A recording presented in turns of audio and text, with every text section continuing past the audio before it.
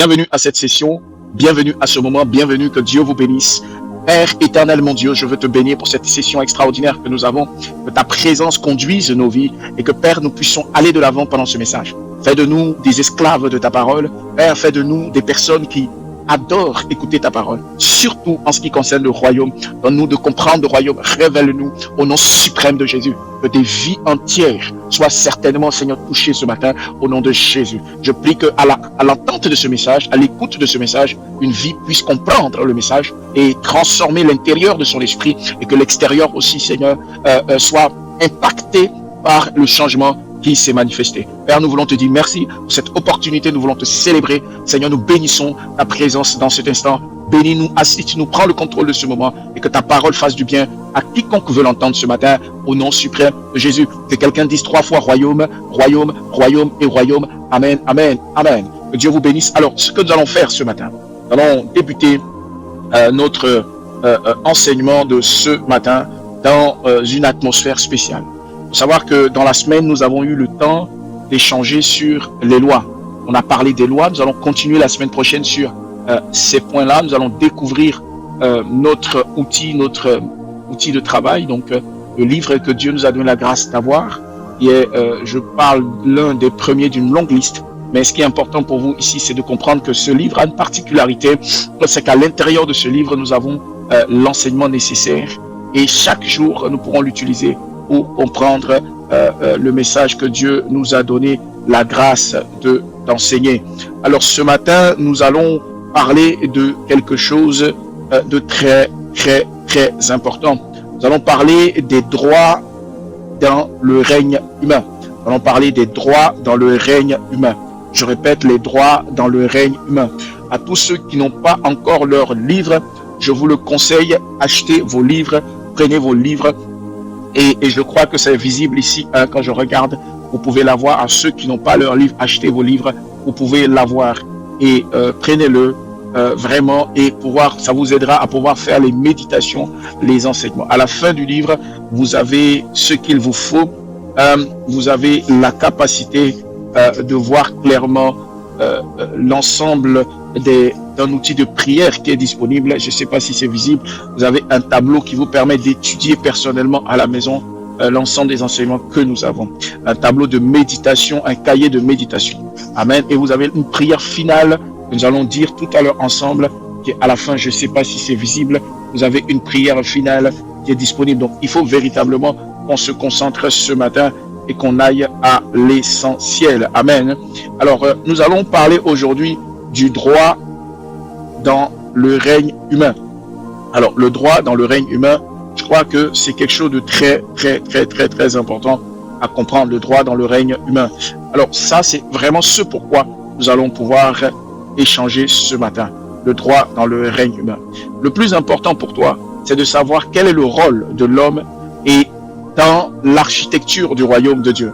Quel est le rôle de l'homme dans l'architecture du royaume de Dieu? Quel est le rôle de l'homme dans ce grand univers, dans ce grand monde qu'il a conçu? Quel est le but de l'être humain? Alors, il faut comprendre quelque chose. Quand Dieu crée l'homme, l'objectif premier, c'est que l'homme puisse contrôler, gérer la terre, prendre la terre sous sa responsabilité, avec pour méthode d'appliquer ce qui se passe en haut sur la terre, d'appliquer la vision de Dieu. Nous sommes comme des intendants, vous le verrez dans le livre, vous découvrez que clairement, il est écrit ici que notre rôle premier, c'est d'être un intendant. Un intendant, c'est quelqu'un qui s'occupe de gérer, d'administrer, de prendre soin, d'entretenir, de fructifier ce que son maître lui a confié, ou un responsable, ou son patron, ou une personne lui a confié. Et donc, notre rôle, nous sommes envoyés pour prendre soin de ce beau jardin, de cette belle terre, de ce que Dieu nous a confié. Et en venant ici, nous faisons des rencontres, etc., etc. Donc, l'objectif ici, c'est de comprendre le message. Quel est le but du message dans ta vie ce matin? C'est que tu comprennes quels sont tes droits. Je veux quelqu'un qui me dise droit, droit et droit. Quels sont tes droits? Les droits dans le règne humain. Tu as besoin de comprendre ce que c'est les droits dans le règne humain. Le règne humain est l'ensemble, déjà pour définir, le règne humain est l'ensemble des territoires, l'ensemble des êtres qui vivent dans, l'atmosphère permettant l'environnement des êtres humains. Donc, on parle d'êtres humains, toi, moi, une femme, un homme, des enfants, des êtres humains, ce sont des personnes à la base, des êtres qui sont créés à partir de l'humus, donc de la terre, et qui ont une particularité, c'est qu'ils ont une âme. Ils sont composés de 3 parties, l'âme, le corps et l'esprit. Donc, c'est les êtres humains, comme toi, comme moi. Et dans le règne des hommes, dans le règne des êtres humains, hommes avec grand H, il y a un certain nombre de droits. Nous avons 12 lois fondamentales que nous allons regarder ce matin. On ne pourra pas faire forcément les 12 parce que chaque loi devrait être commentée et expliquée. Ici, nous allons nous attarder sur les 12 droits qui conduisent le règne humain. Ça va montrer ici d'une manière concrète ce que l'homme peut recevoir, l'homme peut protéger et l'homme peut honorer dans l'ordre du royaume. Qu'est-ce que tu peux recevoir? Ce sont des droits. Qu'est-ce que tu peux protéger? Ce sont des droits. Et qu'est-ce que tu peux honorer? Ce sont des droits. Tu as droit à des choses. Tu as droit à un certain nombre de choses. Et le problème, c'est que si tu ne le sais pas, tu peux passer à côté. Tu as aussi des devoirs, c'est-à-dire des obligations à respecter. Amen. Et donc, ce matin, nous allons parler du premier droit, le droit à la dignité. Je reprends, le droit à la dignité, le droit à la dignité. Écoute-moi bien. Commentaire, ici, on pourrait faire, et vous verrez, c'est à la page 141. Dans le règne humain, chaque personne porte une dignité reçue de Dieu. Je reprends. Chaque personne porte une dignité reçue de Dieu et ne doit jamais être réduite à un objet ou un simple outil. Je reprends. Chaque personne porte une dignité qu'il a reçue du Père, donc de Dieu, et ne doit jamais être limité, réduit à un objet, un simple outil. Tu ne peux pas réduire la vie d'une personne à un outil, à un objet. Non. La vie d'un être humain ou une personne, un être humain, ne peut pas être réduit à une tasse, ne peut pas être réduit à un stylo ou à servir juste à quelque chose et c'est tout. C'est important. Le droit à la dignité. Tu as besoin de penser à ce droit-là. Tu en as besoin de prendre conscience. Écoute-moi bien. Ce droit est tellement important. Il a de grandes implications. Il a des conséquences sur ta vie. Tu as droit à la dignité. L'un des premiers droits de l'être. Pourquoi? Parce que l'être humain a une portion de dignité reçue de Dieu. La Bible dit, faisons l'homme à notre image. Si quelqu'un se souvient, il est écrit clairement que faisons l'homme à notre image. Un employeur, par exemple, ne peut pas traiter ses salariés avec mépris, mais plutôt doit traiter ses salariés, ses collaborateurs avec respect, ne pas les humilier publiquement. Amen. Pourquoi? Parce que le droit à la dignité. Et ces choses-là, ce n'est pas dans le monde que nous devons le faire, mais dans l'église et de manière générale, dans le royaume, nous devons comprendre ces choses-là. Ce ne sont pas des choses qui doivent être seulement dans les églises aussi, pas des choses qui doivent être seulement entre 4 murs. Ce sont des droits qui sont universels, généralistes, disponibles, impactant l'ensemble de la terre et concernant le règne des hommes. Vous ne pouvez pas avoir votre femme, vous ne pouvez pas avoir vos enfants, et vos enfants n'ont pas droit à la dignité. Vous savez, c'est ça les droits dans le règne humain. C'est important de comprendre le droit dans le règne humain. Ne jamais être réduit à un objet ou un simple. Les gens prennent leur femme comme simplement un objet sexuel parce que vous la désirez simplement pour le sexe. Et d'autres vont désirer leur mari simplement pour le sexe. Et d'autres vont désirer peut-être des filles comme pour du sexe seulement, etc., etc. Tu es en train de dérespecter un droit. Tu vas déshonorer un droit, le droit à la dignité. Pour avoir méprisé ce droit-là, des vies ont été gâchées, des vies ont été broyées, des vies ont été consumées. Pourquoi? Parce que des gens n'ont pas pris la mesure de ce droit, le droit à la dignité. Ce n'est pas un phénomène, ce n'est pas un slogan, c'est une réalité. Dieu nous a conçus à son image. Nous disons, tu es digne de louange, tu es digne d'adoration. Le droit à la dignité. Nous ne pouvons pas prendre un animal, adorer un animal au détriment de l'adoration que nous devons donner à Dieu. Tu ne peux pas adorer un animal en remplacement de l'adoration que tu donnes au Père.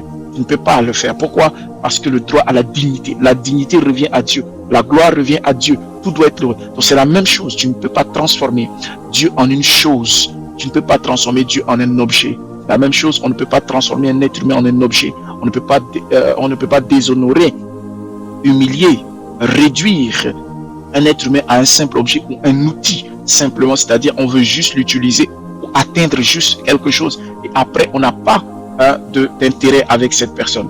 C'est ça la particularité. Je voudrais ce matin que tu prennes conscience de ce que je suis en train de te dire. Tu sais, Dieu nous a tous appelés à comprendre ce message. Lisez cette parole, prenez soin de ce qu'on vous a confié. Achetez vos livres ou récupérez vos livres. Possédez cette vérité. Prenez-la, c'est une vérité fondamentale. Elle va vous permettre de comprendre quelque chose. Le drame de cette génération, le drame de cette époque dans laquelle nous sommes, c'est que les gens croient pertinemment qu'ils veulent réussir. Les gens se disent qu'ils vont à l'église. Les gens se disent qu'ils vont dans des lieux de prière. Mais oublient que Dieu aime même les gens qui ne partaient pas à l'église ou les gens qui vont à l'église. Dans tous les cas, c'est lui qui les a tous créés. Donc, dans son royaume, il a installé un certain nombre de lois afin que les hommes puissent contrôler les choses, puissent s'organiser. Et l'une des lois, c'est le droit à la dignité. Deuxième droit, le droit à la justice. Avant de continuer, je voudrais que tu dises 3 fois le mot royaume. Oui, c'est l'honneur que nous rendons à Dieu en lui disant merci d'avoir créé ce royaume. Merci d'avoir créé cette opportunité de comprendre le royaume. Le droit à la dignité. Nous sommes dans le règne des hommes, c'est-à-dire dans l'environnement où les êtres humains se promènent, vivent. Voici ce qu'il en est, le droit à la justice. Écoutez-moi bien, j'ai un commentaire quand vous ouvrirez les différentes parties, vous verrez clairement que à chaque endroit, à chaque droit et devoir, vous avez des commentaires. Même dans les lois, j'ai mis des commentaires. Donc, le citoyen a droit à une mesure juste dans les relations, les décisions, les échanges et les responsabilités. Je reprends. Le citoyen du royaume a droit à une mesure juste. La Bible dit, vous serez mesurés de la manière dont vous mesurerez les autres. Amen. Je suis le chemin, la vérité et la vie. Je répète encore, les décisions, les échanges, les responsabilités. Écoutez, le droit à la justice. Vous ne pouvez pas prendre la place de quelqu'un d'autre. Vous ne pouvez pas remplacer quelqu'un d'autre dans sa mission. Vous ne pouvez pas prendre la place d'une autre personne dans sa mission. Vous ne pouvez pas remplacer quelqu'un qui doit assumer ses responsabilités. Par contre, vous devez être juste. Le droit à la justice, le droit à la justice. Après le droit à la dignité, qui est important, vous écouterez le message pour ceux qui viennent d'arriver. Après le droit à la dignité, qui est l'un des premiers droits dans le règne des hommes, vous avez droit à la justice. Le droit à la justice, le droit à la justesse, la justesse dans les décisions. Vous trouverez cela à la page 142. Et donc, le droit à la justice, comment? Un commentaire. Le commentaire est le suivant. Le citoyen a droit à une mesure juste dans les relations, dans les décisions, les échanges et les responsabilités. Exemple, dans un conflit familial, chaque partie est écoutée équitablement, au lieu qu'un seul impose sa version. Chaque partie est écoutée et de manière équitable dans une famille. Par exemple, s'il y a des conflits entre 2 frères ou 2 sœurs ou des gens, vous devez écouter chaque personne et équilibrer les choses au lieu d'imposer une seule partie. Tout le monde doit équilibrer et voir et dire la vérité et être juste. Le droit à la justice.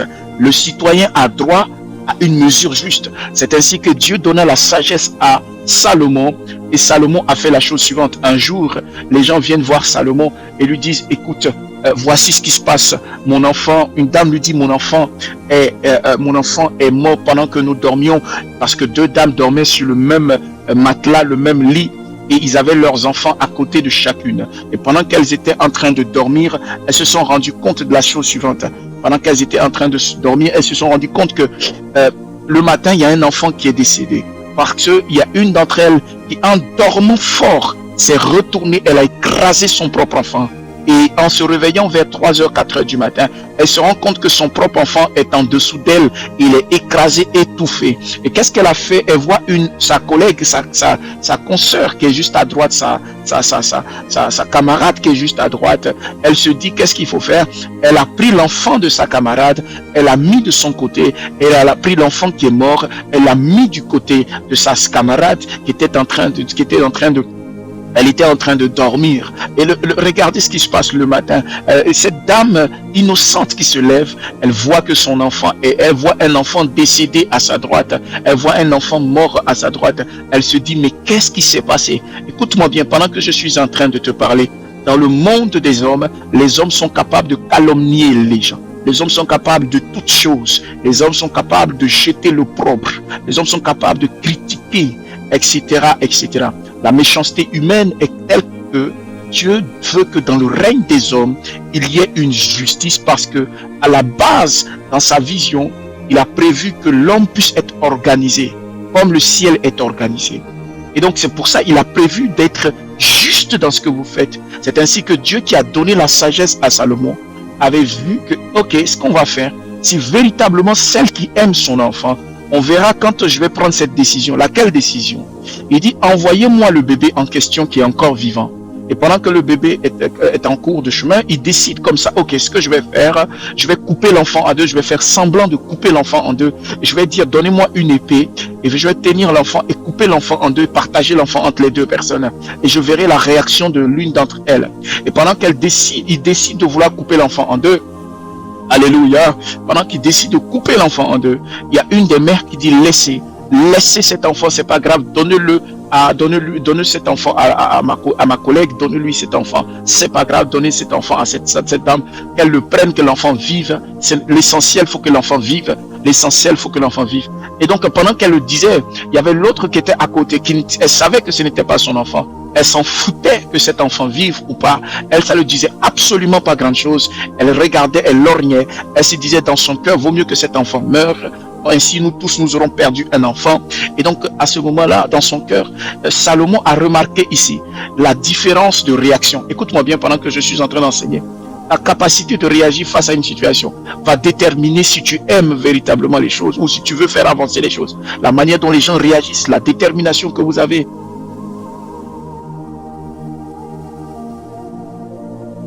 Pour changer les choses, pour apporter un changement, pour faire que les choses s'améliorent. La sagesse des grands peuvent déterminer vos désirs à vraiment évoluer. Ce que je veux te faire comprendre ici, c'est quoi? C'est que le deuxième droit dont l'homme a besoin, c'est le droit à la justice.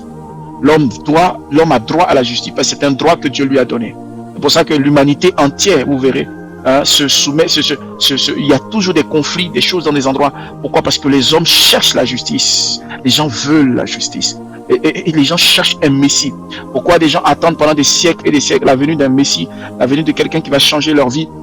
Parce qu'à la vérité, ils cherchent quelqu'un qui sera juste, quelqu'un qui sera honnête, quelqu'un qui va juger correctement, parce que quels que soient les présidents, quels que soient les gouvernements, quelle que soit la gentillesse d'un président, de quoi que ce soit, il y aura toujours une injustice. Alléluia. Et c'est pour ça que forcément, les hommes cherchent la justice. Ils veulent, comme s'ils ont perdu une justice, comme s'ils ont perdu la manière dont les choses devaient être, comme s'ils ont perdu un droit. Et c'est pour ça qu'aujourd'hui, sur cette terre, il y a besoin de croiser le Seigneur, il y a besoin de rencontrer le royaume, il y a besoin de connaître ce royaume-là. Car il a dit, cherchez premièrement le royaume et sa justice, et sa justice, et sa justice, et sa justice. Effectivement, les hommes ont besoin de connaître la justice du royaume. Le deuxième droit dont l'homme a besoin, c'est le droit de la justice. Le droit à la justice.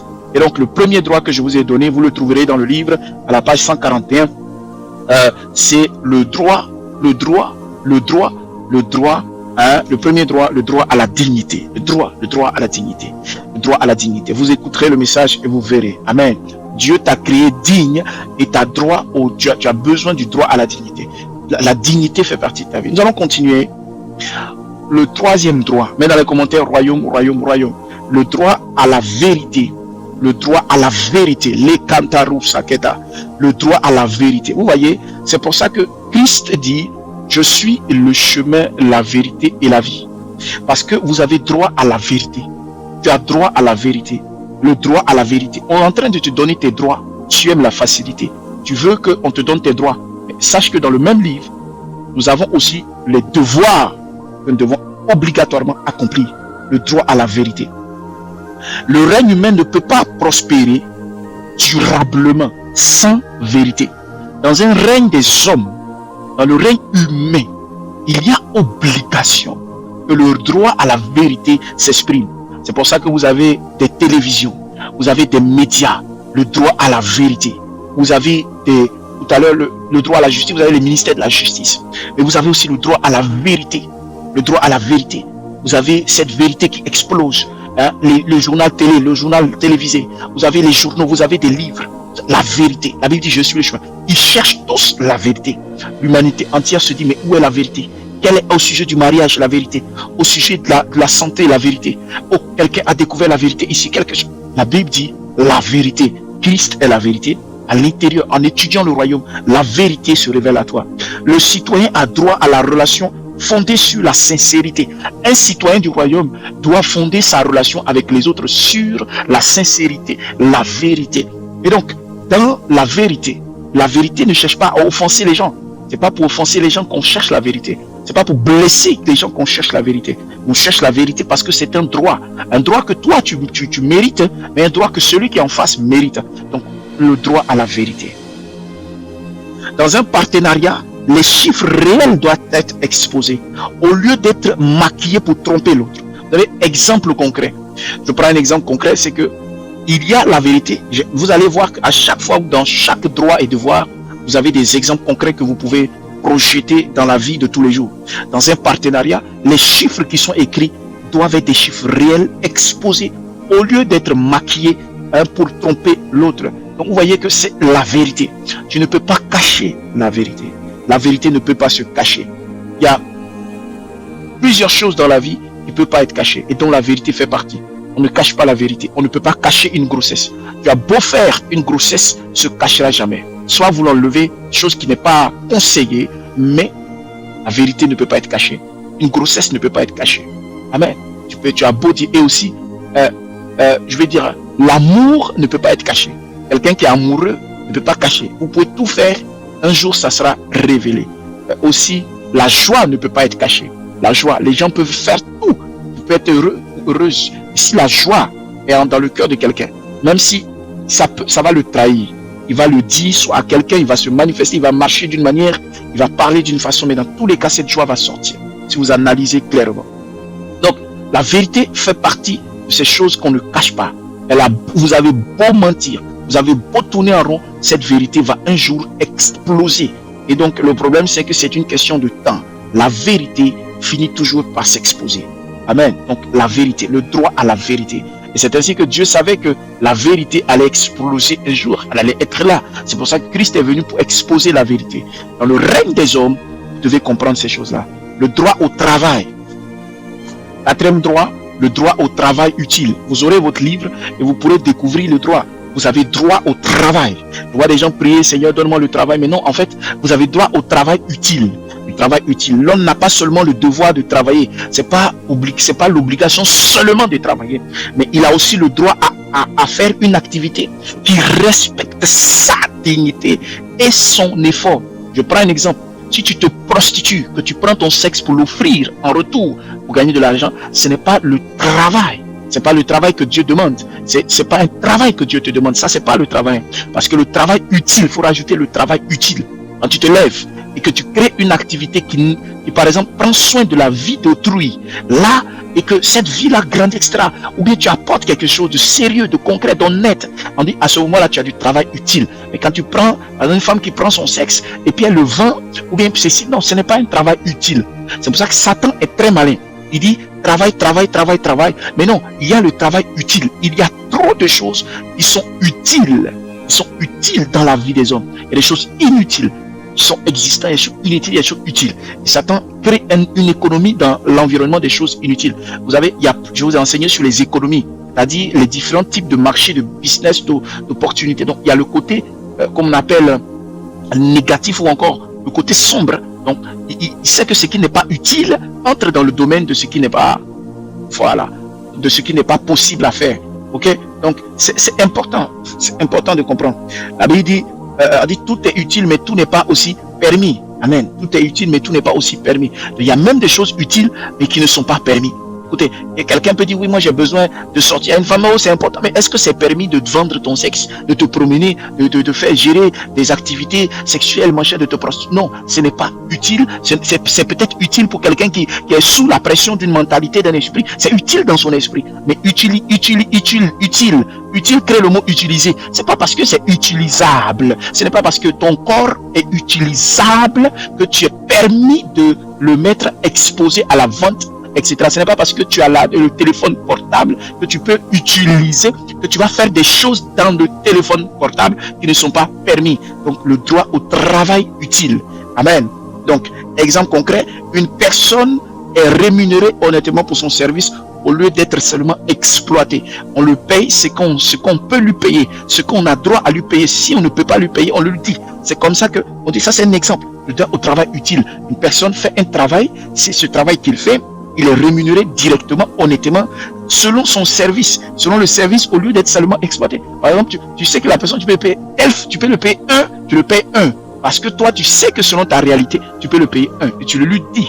Donc, on est d'accord, vous êtes en accord. Tu dis, ok, je peux te payer 1. Et toi, non, je veux 2. Non, je peux te payer 1. Est-ce que tu comprends? Je ne peux pas te payer 2, je ne peux pas te payer 3, etc. Quelle que soit la monnaie, j'essaie de faire pour ne pas avoir une monnaie précise. Mais vous voyez que je peux te payer 10 le temps que tu fais. Je peux te payer 20 le temps que tu fais. Mais si je ne peux pas te payer, je ne peux pas. Donc, en fait, il faut ajuster. Pourquoi? Parce que le droit au travail utile. Vous voyez, c'est des exemples qu'on a mis pour vous aider à comprendre. Amen. Donc, le droit à la sécurité rationnelle. 5e droit que vous allez avoir dans la page 142. 5e droit, le droit à la sécurité rationnelle. Amen. Le droit à la sécurité. Dans le règne des êtres humains, chacun a droit à des relations qui ne soient pas continuellement marquées par des violences et de l'abus. Je reprends. Dans le règne des hommes, chacun a droit à des relations. Chacun a droit à une vie où s'il est dans une relation ou dans quoi que ce soit, on ne peut pas abuser ou le vivre de violence de toutes sortes, verbales, physiques, mentales, même spirituelles, etc. Par exemple, dans un foyer, les conflits sont traités avec dialogue, plutôt avec intimidation, stratégie d'intimidation ou de brutalité, de coups de poing, etc., etc. Vous savez, je vous ai dit que ces enseignements que Dieu nous a donnés sont supérieurs à tout ce que nous pouvions écouter peut-être avant en termes de conseils, tout ça. Non, parce que ça fait partie des droits que Dieu a donnés à l'humanité. Donc, c'est ainsi que Adam avait eu sa femme qui a commis la plus grande faute de la planète, mais elle n'a pas été inquiétée. La Bible dit qu'elle était enceinte, elle a accouché des enfants, etc. Ils sont sortis même du jardin, il a fait des enfants encore, ils ont fait beaucoup d'enfants, etc., etc., etc. On n'a aucun verset, soit peut-être on vous l'a caché, mais donc ce qui n'existe pas, je ne peux pas m'appuyer sur ce qui n'existe pas, je m'appuie sur ce qui a été fait. Aucune phrase devant Dieu, devant elle, n'a été écrite pour dire que Adam a dit que voici, tu as fait ceci, tu as fait cela. Non pas parce qu'il ne pouvait pas dire à Dieu, je veux une autre femme. Mais vous savez, il a dit d'une manière, malgré ça, il a dit, la femme que tu as mis à côté de moi. Ça veut dire qu'il dit plus os de mes os, chair de ma chair. Mais vous avez vu qu'il n'était pas content. Parce qu'il traite maintenant Ève de la femme que tu as mis à côté de moi. La femme que tu as mis à côté. Je ne suis pas content de ce qu'elle a fait. Mais à part ça, il n'est pas allé au-delà. Il a le droit de ne pas être content. Il a le droit de ne pas être heureux. Parce qu'il a le droit de dire qu'il n'est pas content. C'est pas qu'il a le droit de ne pas être... Non. Il a le droit de dire. Parce que c'est pas un droit de ne pas être heureux. C'est pas un droit. Mais il a le devoir d'exprimer ce qu'il a à dire. Et il a dit à Dieu, la femme que tu as mis à côté de moi, voici ce qu'elle m'a fait. Voici ce qu'elle a fait dans l'environnement. Et voici les conséquences. Mais Dieu ne lui a pas dit, je vais changer ta femme. Dieu ne lui a pas dit, je vais enlever ta femme. Dieu ne lui a pas dit, je vais changer ton épouse. Dieu ne lui a pas dit ça. Dieu lui a dit simplement la chose suivante. La femme que tu as, il n'a pas dit un mot. Il a dit, vous deux, je vous mets en paquet. Je vous sors du jardin. Et ils sont sortis du jardin d'Éden. Est-ce que quelqu'un peut me dire 3 fois royaume, royaume, royaume? Donc, il y a le droit au travail utile. Le droit à la sécurité rationnelle. Vous devrez avoir ce livre-là. Donc, le droit au travail utile. Le droit à la sécurité rationnelle. Et c'est ainsi que je dis, dans toute relation qui ne soit pas, toute relation entre les êtres humains Chacun a droit à des relations qui ne peut pas être continuellement, c'est-à-dire éternellement marquées par des violences, que ça soit verbal. Tu peux parler d'une manière, tu peux avoir des mauvaises pensées, tu peux aussi avoir une manière de fatiguer les gens. Et cette mentalité n'est pas bonne. Et la violence et l'abus, et aussi, tu peux être aussi, tandis que tu es toxique. On voit des gens comme ça. Tu es toxique. Voilà, pour une femme par exemple, peut-être avec son mari, ou son époux, ou bien, voilà, et puis, c'est-à-dire, tu ne comprends pas les choses. Tu es une femme dure d'oreille. Par exemple, c'est-à-dire que ça épuise même le mari. Ça peut épuiser ton mari. Si vous êtes un jeune mariage, là, vous êtes jeune comme ça. Mais la femme peut-être épuisante. Il faut qu'elle se remette en cause. Moi, je suis compliqué. Je suis vraiment compliqué. Je sais que je suis compliqué. Mais l'admission de cette information, que tu sais que je suis compliqué, tu peux prier Dieu pour que Dieu te donne la force d'être organisé, à ne pas être compliqué. Parce que faut reconnaître que tu es compliqué. Et maintenant, l'homme ne peut pas aussi dire non, comme je suis comme ci, frapper, ou bien, je ne sais pas, et créer une relation saine. C'est ce qu'il dit. Il est marqué par des violences. Il est écrit ici. Et l'abus. Vous voyez, c'est très important. Il est écrit là. Alors, droit à la transmission. Droit à la transmission. Et dans les commentaires, droit à la transmission. Dans le règne des hommes, nous avons droit de transmettre. Nous avons droit de transmettre. Le droit à la transmission. Aujourd'hui, ce que je veux te faire comprendre, c'est qu'au moins, c'est marqué ici. Il ne dira pas que ce n'était pas écrit. Le citoyen dans le royaume a droit à recevoir un héritage. J'ai bien précisé. Citoyen dans le royaume. Le citoyen dans le royaume a droit à un héritage. Un héritage de connaissance. Un héritage de la mémoire.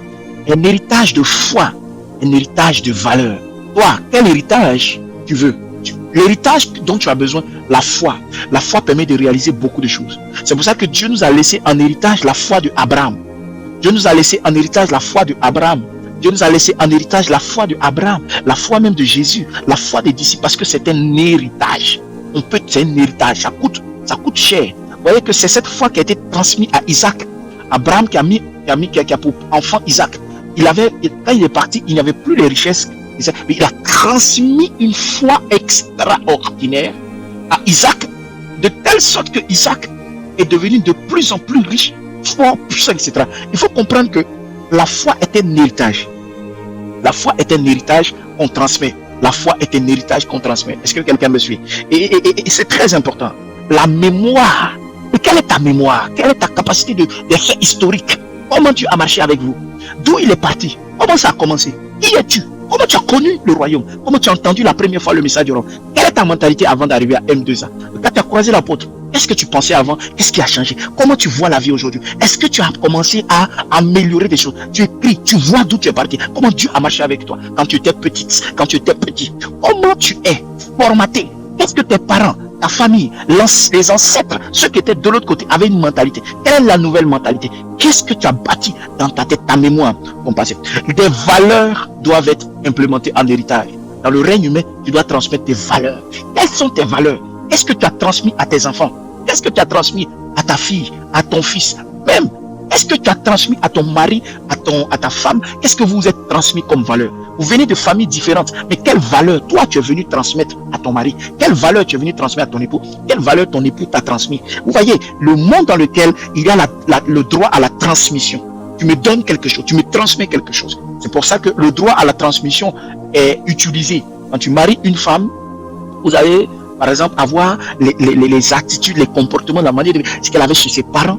Si elle n'est pas une femme consciente de ses fautes, de ses failles, de ses faiblesses, vous allez voir que quand elle arrive dans le mari, elle croit que tout est nouveau, elle n'a rien, elle est fraîche, tout est parfait. Alors qu'en réalité, si elle prend conscience, vous voyez que les deux peuvent mettre ensemble. Mais quand chacun dénie le rôle qu'a joué certaines méthodes, certaines alliances, certaines attitudes, dans les familles différentes, vous voyez qu'il y a toujours l'impression qu'on est étonné. Mais qu'est-ce qui se passe? Oh, la vie va comment? Vous voyez, c'est pour ça que c'est important. Regardez, des parents vont enseigner à leurs enfants les principes du royaume au lieu de les laisser grandir sans des repères.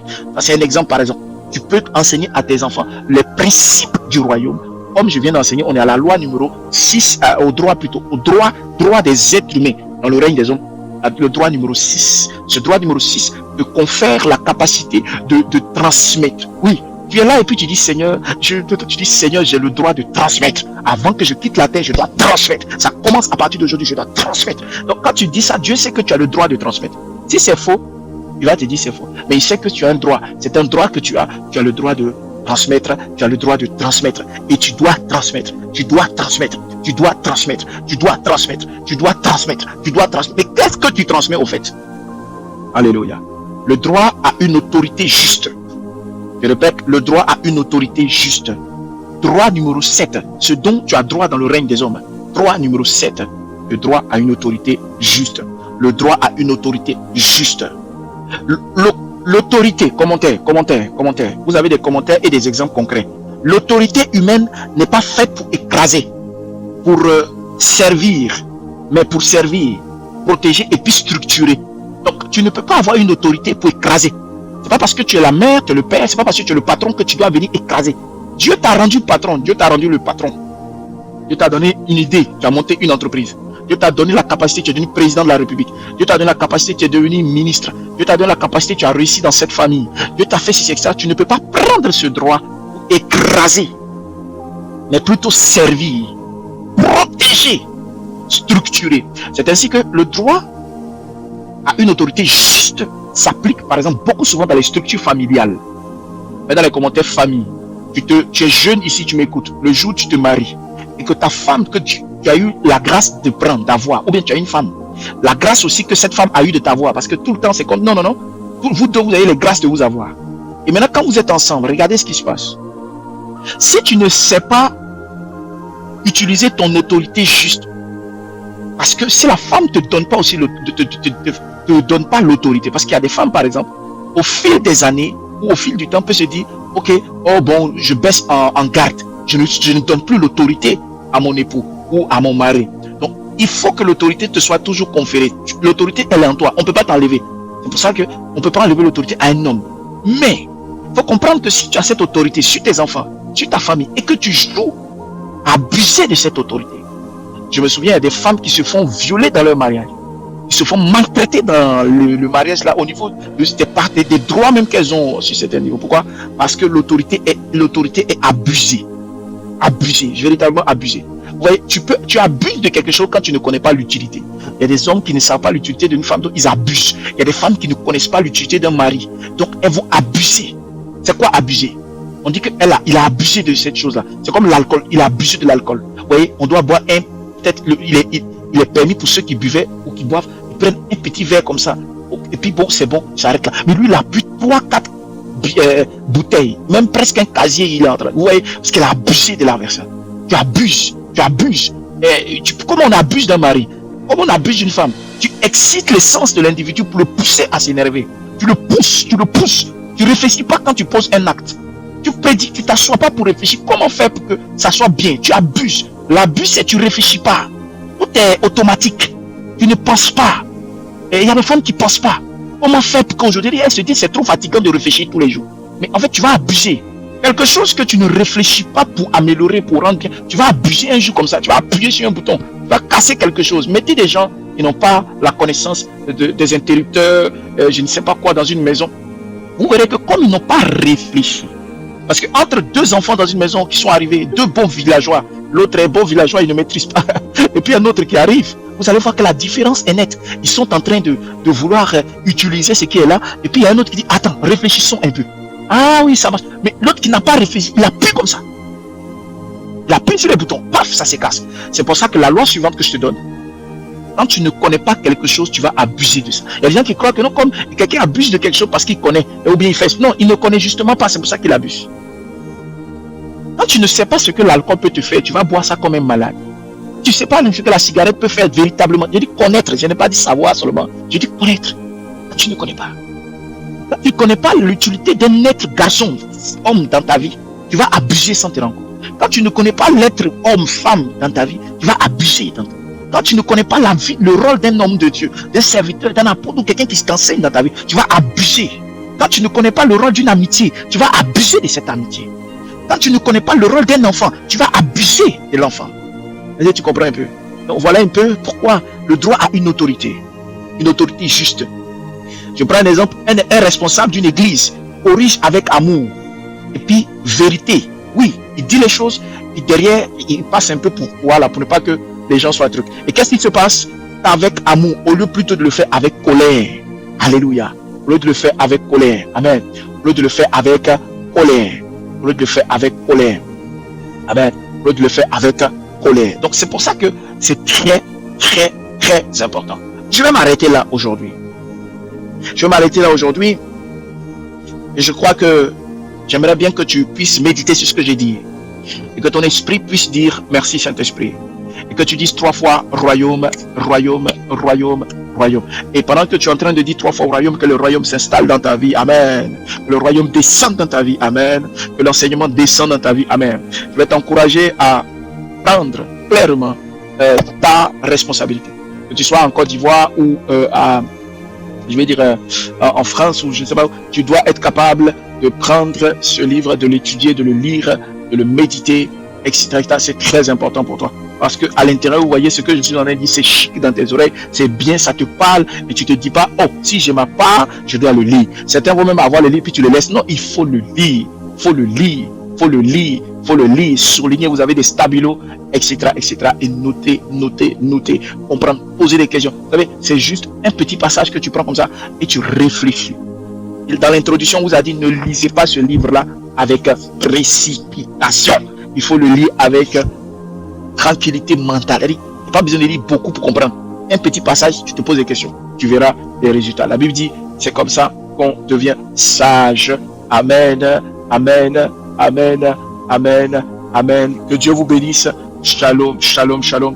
Que Dieu bénisse vos offrandes, vos dîmes, au nom suprême de Jésus. Élève la main et dis merci. Que Dieu vous bénisse de tout ce que vous faites. Que Dieu bénisse vos vies et que nous puissions être capables d'être extraordinairement bénis dans les jours, dans les mois qui viennent. Ce message sera distribué sur YouTube. Allez sur notre plateforme.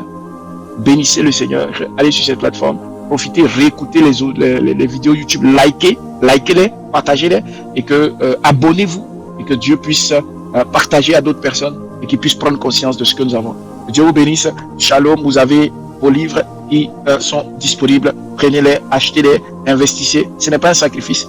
C'est un devoir. C'est un devoir. Au nom de Jésus.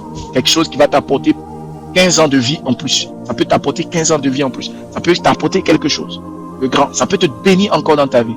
Que Dieu te bénisse. Shalom, shalom, shalom, shalom, shalom. Merci.